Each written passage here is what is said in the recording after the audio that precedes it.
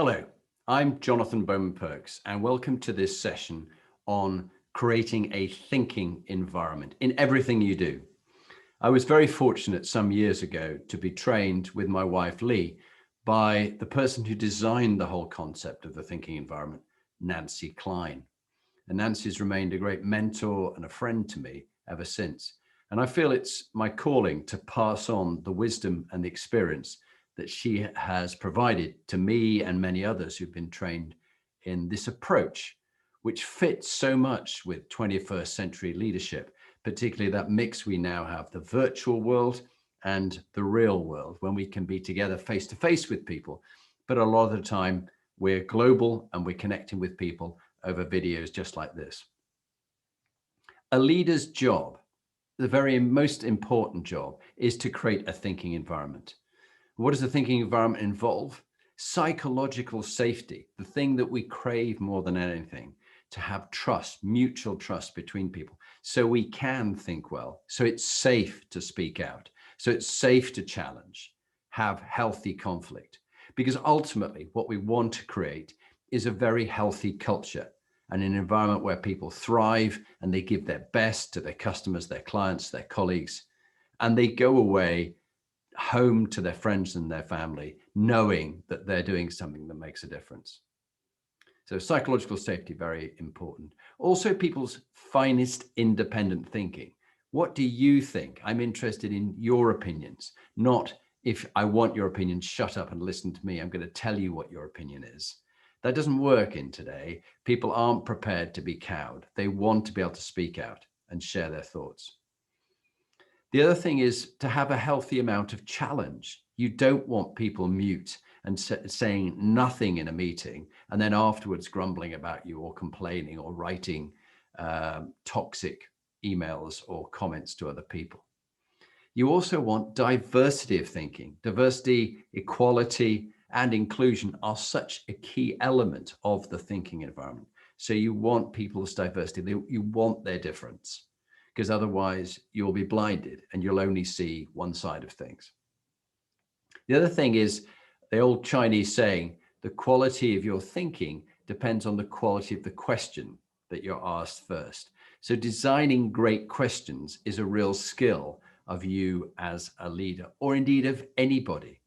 Asking the right question, a simple, clear question without any confusion or obfuscation. So be very clear about what the question is.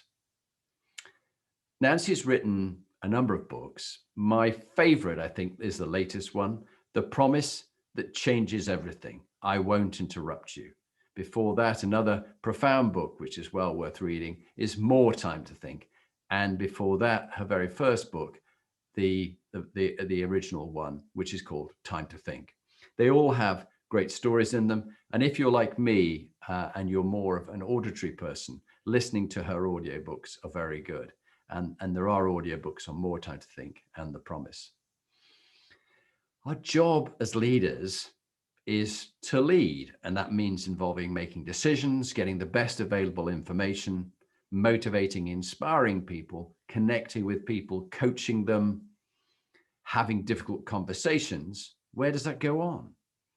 In a world that's most of the time virtual, it goes on in meetings, virtual meetings, over a video link, even over a phone link.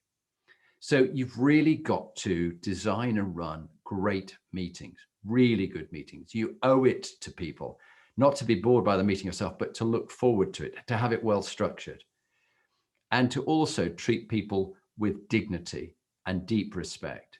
That everybody is born with dignity. It's a right. It's not an option. They should have dignity. And ultimately, you want a healthy culture. So welcome to the thinking environment.